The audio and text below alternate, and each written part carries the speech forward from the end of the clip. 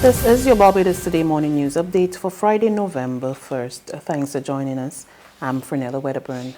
Suspension letters originally issued by the Transport Authority to PSV permit holders have been withdrawn following talks with stakeholders in the industry.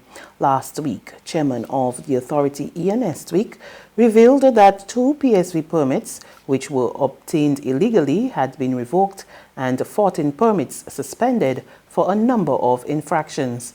When contacted, Estwick declined to comment, but Chairman of the Association of Public Transport Operators, Kenneth Best, spoke to Barbados Today on the development. He said going forward, he would prefer to see PSV drivers who committed infractions being punished first, and believes that owners should only be punished if it was proven that they neglected to reprimand the guilty parties. One recognizes that the owner in that situation will be at disadvantage in that he gives someone his vehicle, asks him to conform with the law and to breach it. But there is provisions in the Road Traffic Act as well as the Transport Authority Act where the driver can be dealt with. Right? And I believe that that should be the way going forward. You start at the person who commits the offense first, and if there is no change, right, then you could probably, or if the owners neglect to say who was the driver of it at the particular time, then they cannot complain then, right, of any infractions or thing in relation to their permit, because it is their responsibility to know who is driving their vehicle and who they put their vehicle in. Labour Minister Colin Jordan appears set to intervene in the impasse at security firm G4S following a threat of strike action by workers. Yesterday, Barbados Workers Union consultant and former General Secretary Sir Roy Trotman revealed that there are problems at the company which are now before the minister. I wish to indicate that today the Barbados Workers Union did meet with the Minister of Labour, and we were able to indicate to the Ministry of Labour a number of issues which have been outstanding for quite some time, and have been outstanding because they had not been escalated up to his office by the Labour Department, where we had sent some of them. We also raised a number of issues which were not sent to the Labour Department, but which have been occasioning significant amounts of challenges for the workforce, and in fact sometimes make it appear as though the workforce is a battlefield. However, Sir Roy declined to outline the vexing issues affecting workers.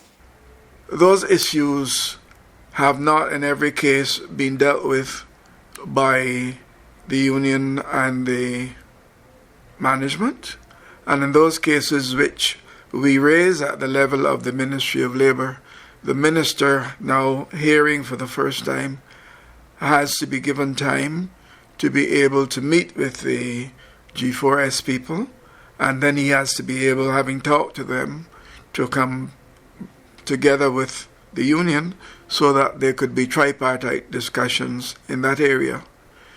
In those circumstances, really, it is not fair and would certainly not be decent for us to go into details when, in fact, the issue is one where, if we are going to be fair to the process, there has to be total and open transparency. And the company does not at this stage know what we said to the minister.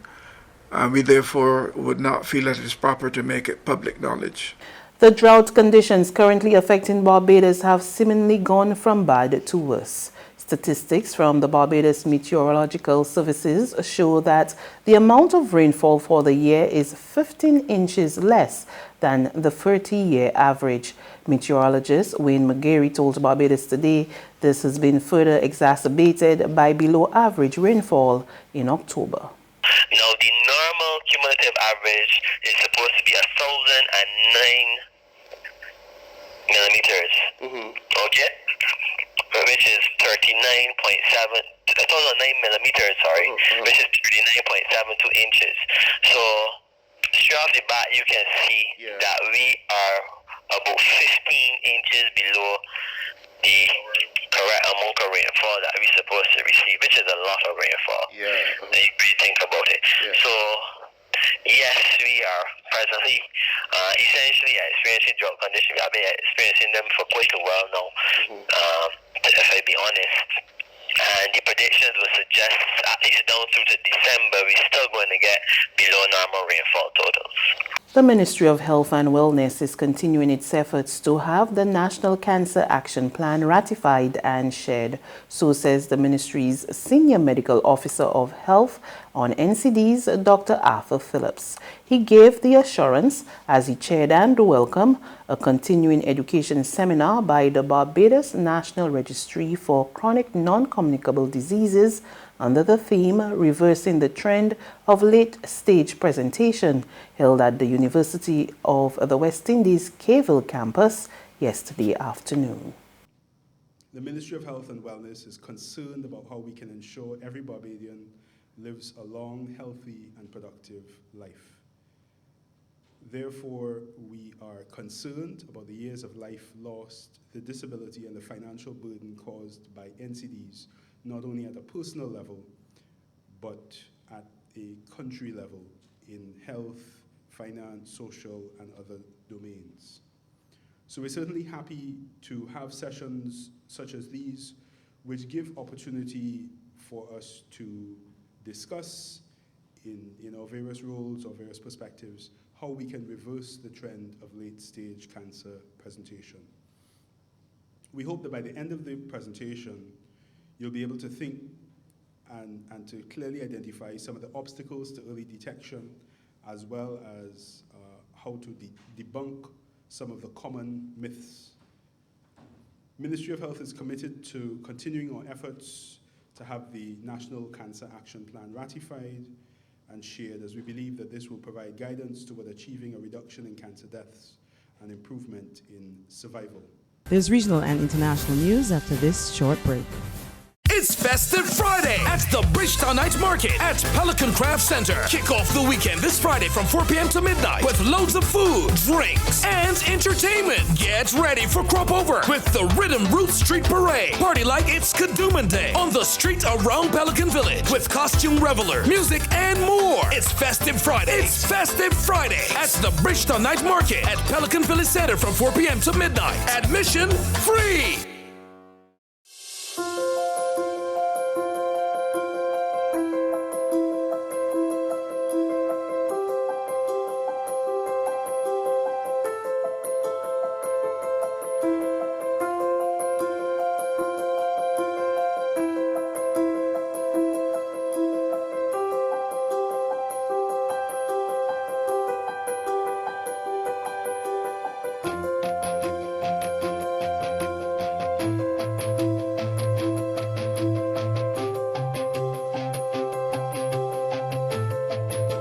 Barbados Today, news you can trust.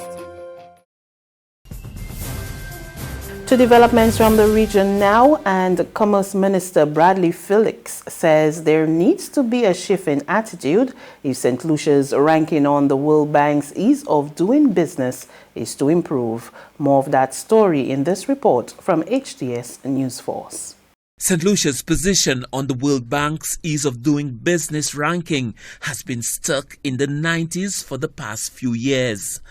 Minister for Commerce Bradley Felix says St. Lucia's relative decline is not a case of the island slipping, but rather that of other economies outperforming St. Lucia's. While we may have in terms of other countries, have gotten ahead of us. The real issue is other countries are very aggressive in terms of doing certain things. In St. Lucia, I would admit that there is quite a bit of bureaucracy in getting certain things done. And as much as we would like to see some of these things done at a faster pace, sometimes it takes a while to change the way some people operate. The ease of doing business ranking is used by some investors to determine whether they should consider setting up shop in a particular jurisdiction.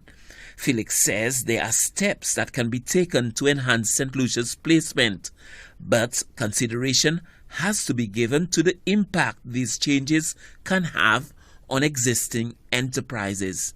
There are things that we can do, and I've said that before, that would definitely put us way ahead, on the ranking. But we also must consider how it is going to impact our local people. And finally, on the international scene, more protests erupt on Halloween night in Hong Kong as demonstrations enter the 22nd week.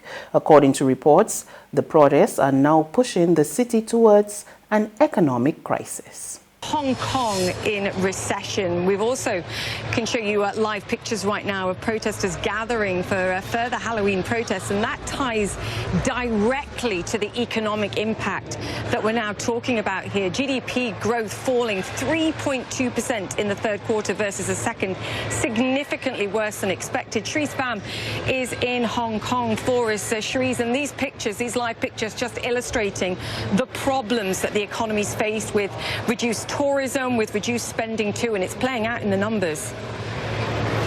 The protesters that we're seeing on the streets right now, they have been out in force for 5 months straight, and they have really contributed to what we are seeing, which is the worst economic decline since the 2009 global financial crisis. And this is going to the heart of Hong Kong's status as a financial hub. The period of July through September, those 3 months, let's not forget, that was a time where we saw riot police, constant violent clashes between protesters and police.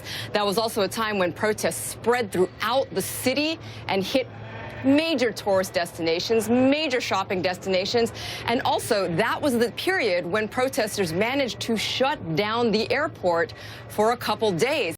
And that's news, but for the very latest, visit us at www.barbadostoday.bb.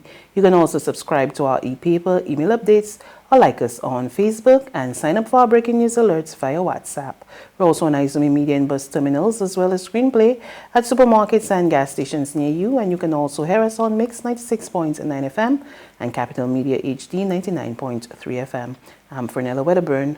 Good morning.